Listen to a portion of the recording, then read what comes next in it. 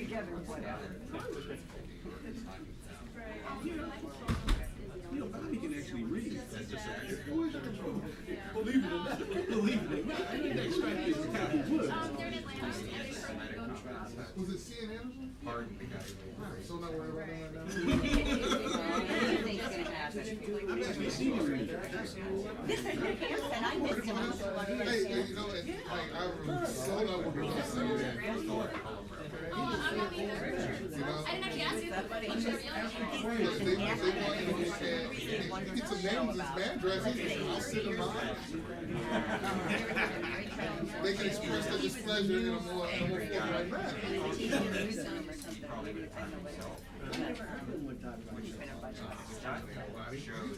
You think you're very sure that works? What else was he? Blue draft. Some youth movement. Some youth movement. But his name was What does this mean then? What? Turn the volume down. Oh, Should I turn it up? Yeah, well, you know, this is after the symbol of my love. Maybe I better think so. Everyone's watching so much television. Peace before you anyway.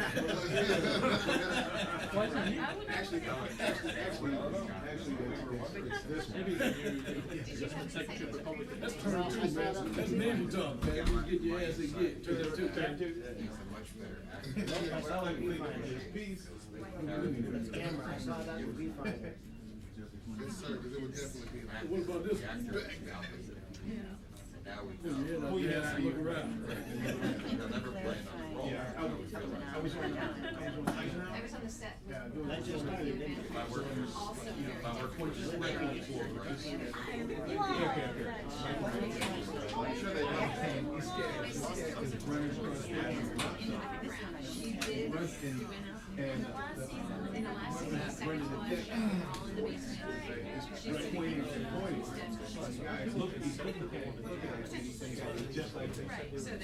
man. That's the guy right there. He's on the scene. And the guy goes, just like that.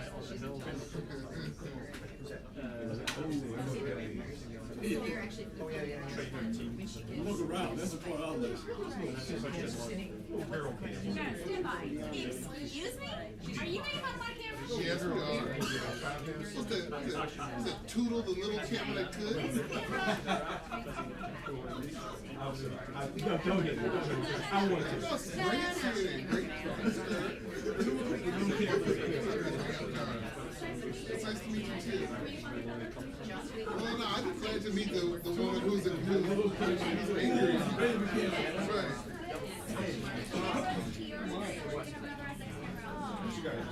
Okay, the selflessness just moves me to tears.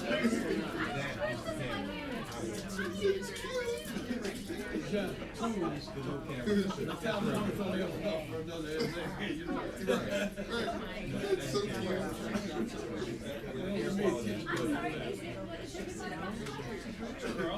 That's a real camera though.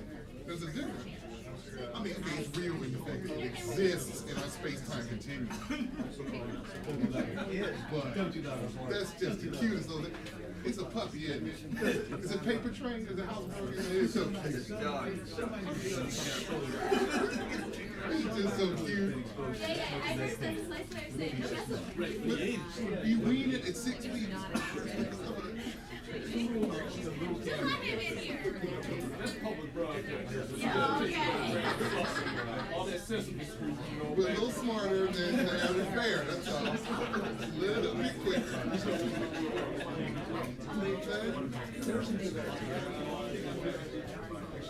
Like, can your camera do HD? Don't have to. Just asking. Don't have to. CNN is in HD? You're right. So this little camera, well, right now we have our own camera, right? How do you see this? Trust me, I can join you on that part. And then from there, So this, no, that was a mini DV.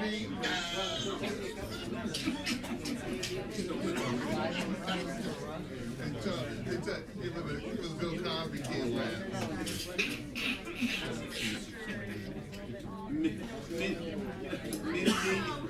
That's right, mini me. Did he be on camera? Isn't that right? This is the chair for one. And that's from a robot. Hey, you just pretty tight here, Chuck. Punch me out. Plug me back in. There you go. Thank you. Thank you, sir.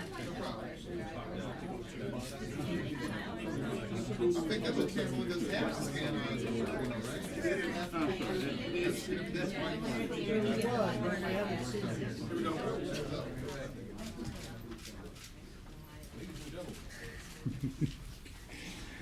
on, Good afternoon, and thank you for your time. I'm looking forward to answering your questions, but I thought first I might try to clear up some of the confusion and speculation about what it is that the chairman of the Joint Chiefs and the Joint Chiefs are doing individually and collectively with regard to recommendations on the way forward in Iraq. Quite simply put, we're doing our job, which is to meet multiple times a week and to talk through individual pieces of the global military environment, and also to look at it in whole cloth. And I've been a member of the Joint Chiefs now for just a little bit over 5 years. We meet 1, 2, 3 times a week, and this is what we do. What is different right now is that about 2 months ago, in September, the chiefs agreed that we would benefit from having some of our best and brightest commanders who were recently back from Iraq join us in our deliberations. So the Navy, Army, Air Force, and Marines each selected 2 or 3 of their best captains and colonels who had recently come back from Iraq and Afghanistan, who have been meeting with us and have been helping us think through the thorny parts of the issues and providing us recommendations. And we've asked them to keep a very wide aperture, to take nothing off the table, to think about the worst and the best, and to give us as many ideas as they possibly could, which have helped us then in our discussions with the input we've gotten from the rest of the Joint Staff and the input that we've gotten from the service staffs to craft our best recommendations and military advice to give to the President and the Secretary and the National Security Council on the way up, and to give ideas and thoughts to General Abizaid and General Casey on the way down. That's what we should be doing. And we will continue to do that. We've been doing it, and we will continue to do it. And I really like the additional brain power and experience that has been brought to us by these colonels and captains. So I intend, as do the other chiefs, to have them continue to meet with us, not necessarily these individuals, but to refresh the pot with new folks with recent experience so we can continue to do our job. There's not an end state to this. There's not an end product. It is a way for us to continue to give on a recurring basis our best military advice. So I hope that helps clear that up. I'd be happy to take your questions. Yes, ma'am. General, the reports and the confusion that you're talking about have variously had you thinking about decreasing troops in Anbar province, increasing them in Baghdad, surging throughout the whole country, the number. All this input that you're talking about, is your thinking after hearing from these people that you do need to shift troops around inside the country? Well, first of all, bits and pieces somehow are leaking out. So when somebody hears one end of the spectrum or the other about all that they have presented to us, that gets reported as they're looking at this or they're looking at that. Truth of the matter is, yeah, we are. That's part of the whole spectrum that we're looking at. Whether it's been reported that we're looking at beefing up or it's reported that we're looking at skinning down, as you would expect your military planners to do, we are looking at the whole spectrum of possible military actions. And then we are analyzing that action against the desired outcome, applying our experience, getting the input from our staffs and from these additional folks who just came out of the theater, and then applying our best military judgment about which of those applies. I'm not going to say to you where I am personally, nor where the chiefs are, because our responsibility is to give our best military advice. And as advisors, if we are to be heard and to have the trust of those whose to whom we're giving our advice, we need to be circumspect about what we say in public, how we say it, so that our ideas can be put into the other ideas. There's the Secretary Baker and Congressman Hamilton's group are meeting, and they have a very strong body of individuals who are thinking through this problem. Those ideas will be fed to the president, and others will too. So we need to be part of the dialogue and give our best military advice. So you're saying these are all ideas at this point, and no decision has been made to, for instance, increase troops in Baghdad? I'm saying they are all ideas right now. Over the course of the last couple of months, we have had recommendations that we have forwarded, advice that we have forwarded to the Secretary and to the National Security Council and to the President. We will do so again this week and next week and the week after that. It's part of what we do every week. I meet with the Secretary every day. I am privileged to meet with the President several times a week, normally at least once a week, and provide to those gentlemen my best advice. So, as the chiefs determine that a particular way ahead would be beneficial to the country, we provide that advice to the leadership if it is properly in the civilian leaders' realm to make a decision, or if we think there's a way to do something tactically that perhaps the commanders haven't thought about. We feed those ideas to General Oasd and General Casey and let them judge how that fits on their battlefield. General Pace, separate and apart from your study group, what can you tell us about the plans currently underway on the ground in Iraq to increase the number of forces in Baghdad? Where are those troops going to come from? How many? And how long will they stay? That is the province of General Casey. He is doing the same thing that we are doing.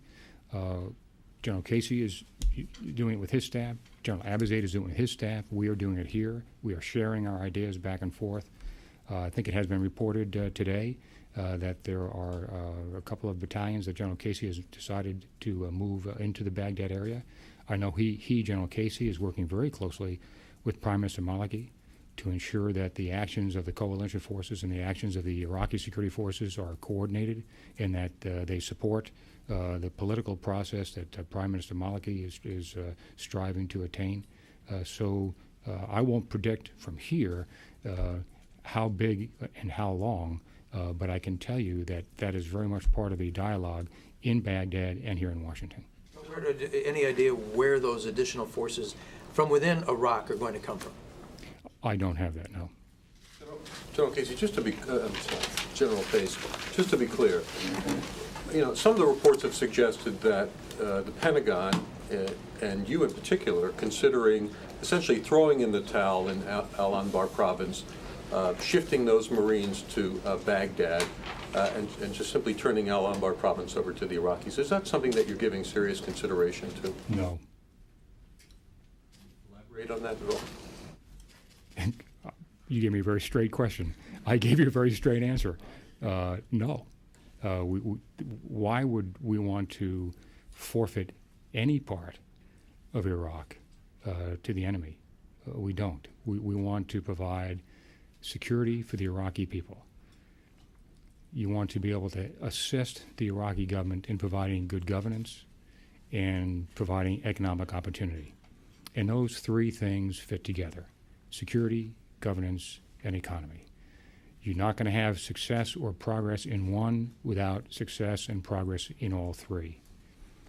So when you look to Baghdad, for example, you can equate the kind of environment you'd like to have in Baghdad with the kind of environment you'd like to have in any big city anywhere in the world. Is there crime in Washington, D.C.? Yes, there is. Is there a police force in Washington, D.C. that keeps it below the level at which the government can function and the people can go about their daily lives and do what they want to do? Yes. That's the same thing with terrorism. It's not practical to expect that we can snuff out terrorism completely, but it is reasonable to strive to have an environment inside of which terrorist acts are below the level at which the Iraqi government can function, where the economy can prosper, and where the Iraqi people can live their lives the way they want to. And that's what we should be focused on. And giving up any part of Iraq is counter to that goal that we collectively have set for ourselves. General Pace, are you equating turning a province in Iraq over to Iraqi security forces as turning it over to the enemy? Because Absolutely that's not. the way. No, absolutely not. The question was, were we going to abandon Al Anbar? And the answer is no. That is much different than we still providing security in a province where the we is mostly Iraqi security forces as opposed to coalition forces. Very, very distinct difference. Okay, so let's be sure we have this specifically. So you are not ruling out the idea of turning over security in Anbar to the Iraqis, of having them take the lead and moving some of those forces, U.S. forces, that are now in Anbar into Baghdad? Two different parts of your question. Number one, eventually, over time, it is our goal to turn over every province in Iraq to the Iraq security forces under the command and control of the Iraq government. That is our goal. There is no immediate thoughts to moving all coalition forces out of Al Anbar province and turning over right now, today, all security in Al Anbar to Iraqi security forces. It's not on the table. General Pace, Colin Powell said today that he believed the conflict in Iraq was a civil war, that it met that standard. Do you agree or disagree with him, and why? Well, I haven't had the benefit of reading or hearing exactly what General Powell might have said. I will tell you this. Number one, the Iraq government does not call it a civil war. Two, the Iraq government is functioning. Three, the Iraq security forces are responsive to the Iraqi government. Four, the level of violence that's being inflicted by Al-Qaeda and the like is specifically designed to create a civil war.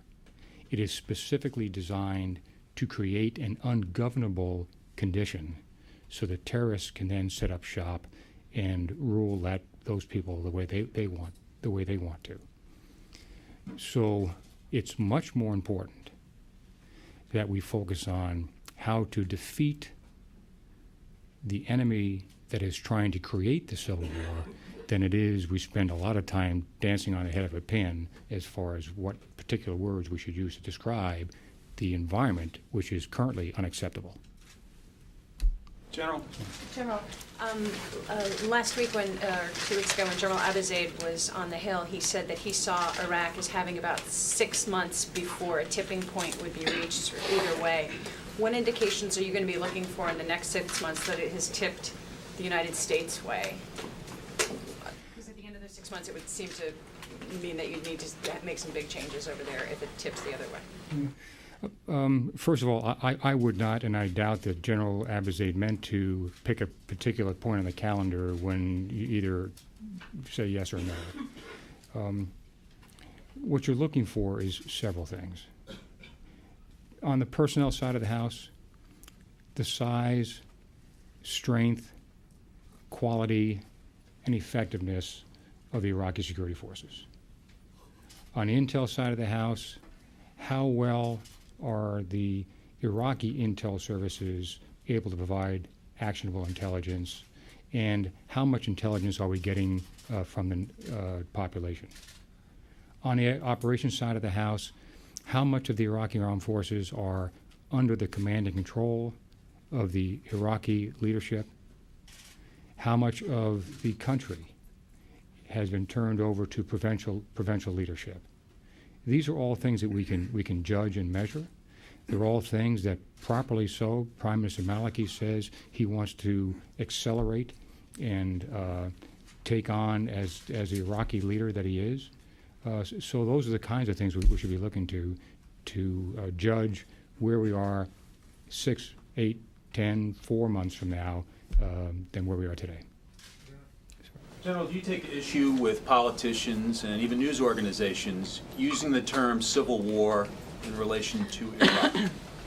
I don't take issue with anybody calling anything they want, whatever they want to call it. I simply say that from my standpoint, when I'm asked if it's a civil war, that I looked at the factors that I talked about. And primarily, I looked to the Iraqi people and their government. And the Iraqi people are still looking to their government. Their government is still functioning. Their security forces are still responsive to their government. So from the macro viewpoint, the parts of a civil war, as I understand it, are not definable in today's environment. But that's really energy not well spent.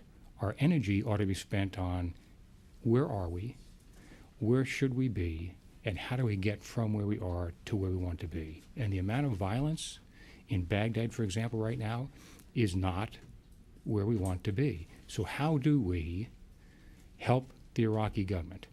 What are the things that are working? How do we reinforce those? What are the things that are not working? What should be changed and what should be stopped? What are the impediments to making progress? How do the three legs of the stool move forward together with regard to security and governance and economics? Spend our energy on getting to where we should be, not on arguing about what we should call the environment we're in. Understand the environment, but let's deal with it. Let's not try to give it a name. Sir. General, what are your concerns about the latest reports saying that the Hezbollah is training militants from the Mahdi army? What information you have on that? I have nothing other than what I have read in open sources about that. If that were true, that would be distinctly unhelpful. It is certainly true that with regard to Syria and Iran, that neither of those governments is being helpful to the Iraqi government or to stability in the region. And there's an opportunity there for Iraq's neighbors to be more helpful. But specifically with regard to what you said, I don't have anything more than you just said. General, getting additional forces into Baghdad, House Armed Services Committee Chairman Duncan Hunter has suggested moving Iraqi security forces that are trained, equipped, and supposedly ready from the provinces where there is virtually no violence into Baghdad and Anbar, places where the violence is strong. Is that something that's been considered and is likely to be done? I think that idea has a good amount of appeal for multiple reasons. One, because Baghdad is extremely important to the Iraqi government, and their armed forces and their security forces are the proper long-term solution to that problem.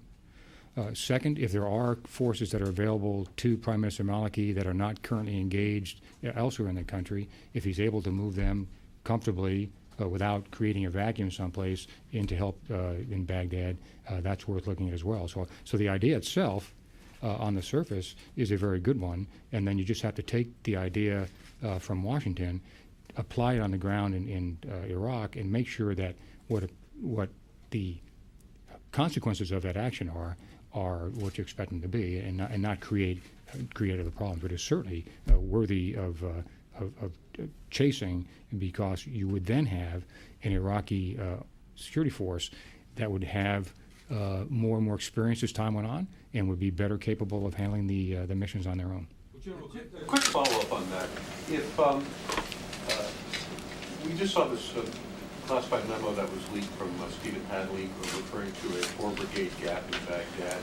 General Clinton, I think last week, said 3,000 troops short in Baghdad. You're telling us today General Casey is moving some more American troops in, presumably to, A, is it to fill that gap, and B, why is it that with over 300,000 Iraqi security forces trained and equipped that the Iraqis can't step up and provide that additional force that's needed in Baghdad? There has been an increase in the number of Iraqi security forces in Baghdad. There has been an increase in the number of coalition forces in Baghdad. The impact of those increases has not been what we wanted it to be, and therefore, properly so, I'm sure the Prime Minister, and I know for sure General Casey, are reassessing.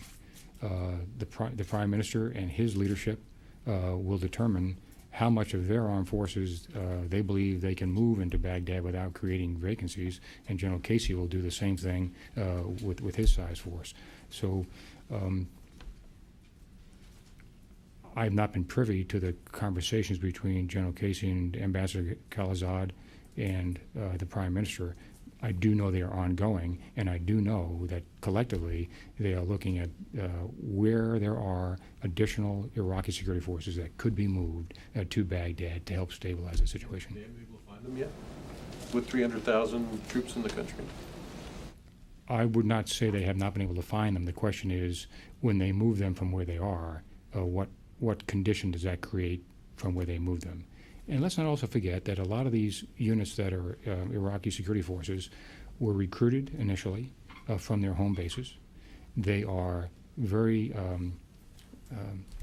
well versed in their hometown environment, and they are from the same community as that hometown. There are some units around Iraq that, if moved into Baghdad, would not be helpful. If a Sunni unit somewhere else in Iraq moved into a Shia neighborhood, or a Shia unit someplace else in Iraq moved into a Sunni neighborhood, is not going to help the problem. So you need to have a balance of where is the capacity, what background and cultural flavor does that unit have, and if you do move it, what vacuums, if any, do you create when you move it? So it's not a simple problem they are working at, but it would be a little too black and white to say there's 300,000 troops and therefore you ought to be able to move X number into Baghdad. Just to clarify, sir, when you say the number has been increased of Iraqis and Americans, just to clarify this, in Baghdad, do you mean the increase of last summer or something more recent? No, when I was talking about the increases that were made, I was talking about the August timeframe. Yeah. General Pace, are you concerned that with the Baker-Hamilton report coming out and with the Democrats who've been very critical of the war coming to power in Congress in January, that the advice of the generals is being marginalized in any way? General Casey made, it was General Abizaid made a very strong statement in Congress a week or so ago on troop levels, and yet other ideas seem to be gaining momentum in the public debate. I have no concern about that at all. This is a very complex problem, and the more 10-pound brains we can bring to bear on the problem for our nation, the better. And the fact that somebody's wearing a uniform and not wearing a uniform doesn't impact whether or not they have a good idea. The process ought to allow all those who are willing to expend the energy for our country, like Mr. Baker and Mr. Hamilton and everyone else on their group, for those individuals to be willing to expend that kind of energy for this country is very much appreciated. And they will have ideas. And some of them are going to be the kind of ideas that we ought to take action on. Those ideas, the ideas from the uniformed military, the ideas from the National Security Council, and wherever else the President of the United States deems to get it, will all be fed into the President, and he'll make the decisions that he deems appropriate based on his analysis of all of that. But I think the more individuals who are thinking this problem through, the more who are joining in the dialogue, whether they're putting it in the press, or they're putting it in memos, or they're putting it into conversations, the more we can have of that, the better for our country. We keep hearing about the need for more Iraqi security forces trained and equipped.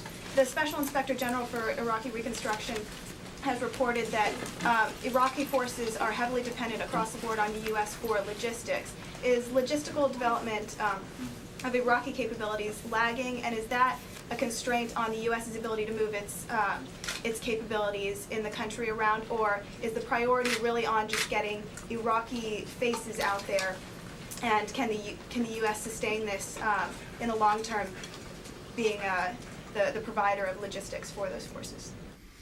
The development of the logistics support for the Iraqi armed forces was specifically and consciously put in after the growth of the battalions and brigades that need to take the fight to the enemy. You can only do so much at one time, and General Abizaid, General Casey, and the Joint Chiefs all agreed that first you would build up the fighting capacity and then build up the sustainment capacity, which is ongoing now. The fighting capacity is almost built, and the logistics capacity is being built. Of the original number of about 325,000, about 320,000+ of those so far have been trained and equipped. Correctly so, Prime Minister Maliki has looked at his own armed forces and has determined that he would like to have a larger armed force. I think his number now is about 30 to 40,000 more than that 325,000. That would include individuals who would be able to man more fully a battalion. Let's say you have a battalion of 500 Iraqi soldiers. By adding to that maybe another 50 or 100 soldiers, you would ensure that battalion always had full strength units to go against the enemy. He's also looking at adding 3 divisions, and I've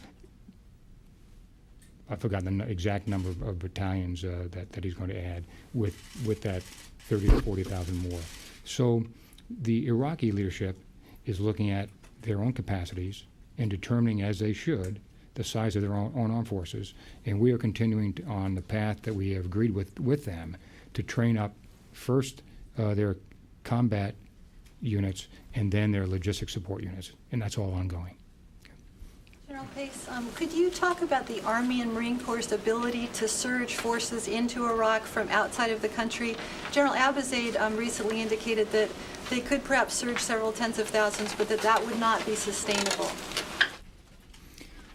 Let me first put it in context, because it's very important that not only those listening to me who are friendly, but those who are listening to us who might have other ideas understand the ground truth.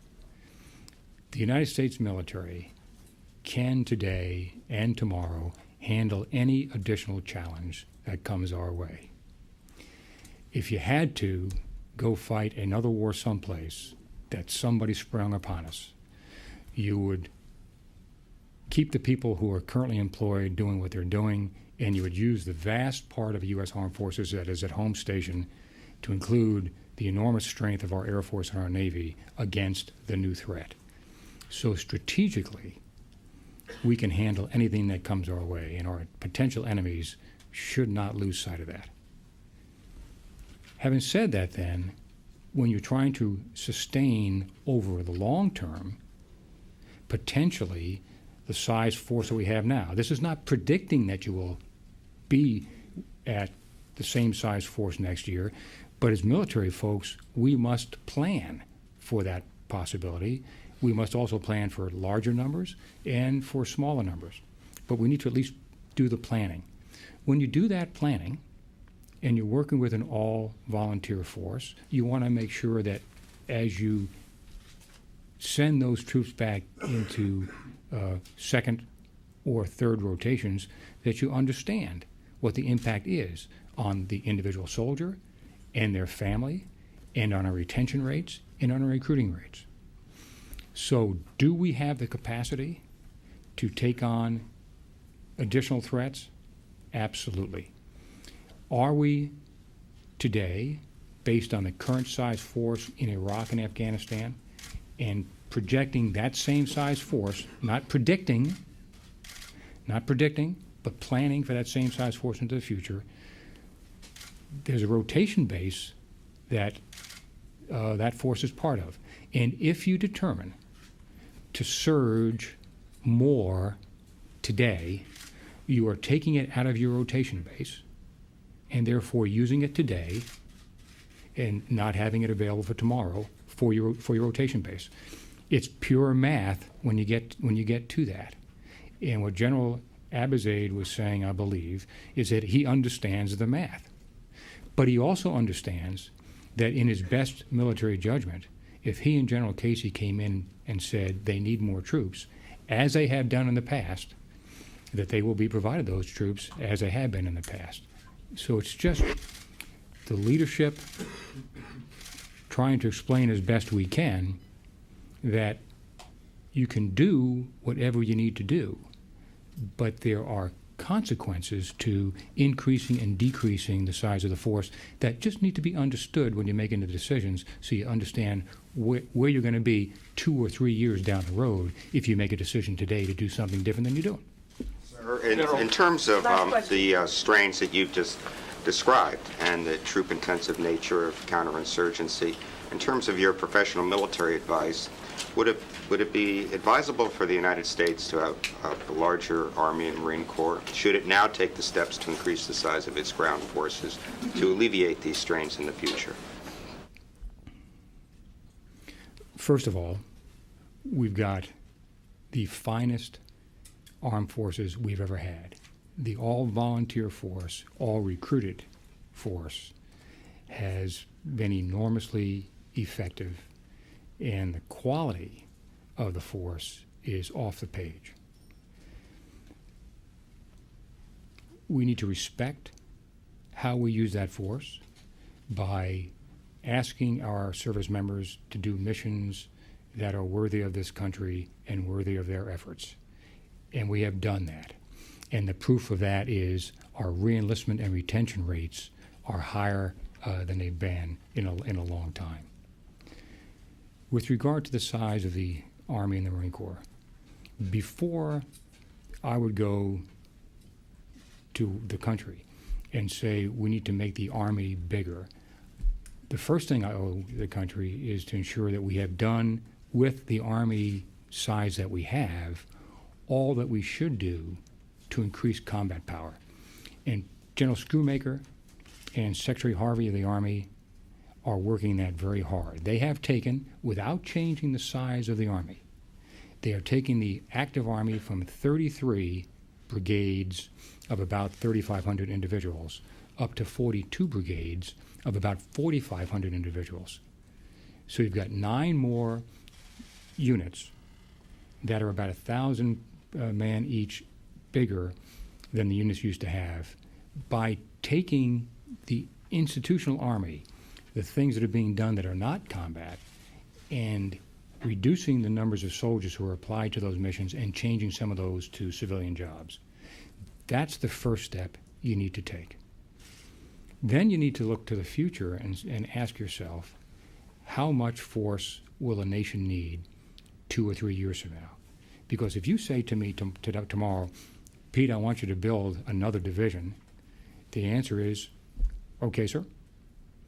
It'll be about 2 years from the time you say go until we can build that division, because you need to recruit it and you need to have the officers and the NCOs and all the people that make a division whole to recruit it and train it and get it in the field.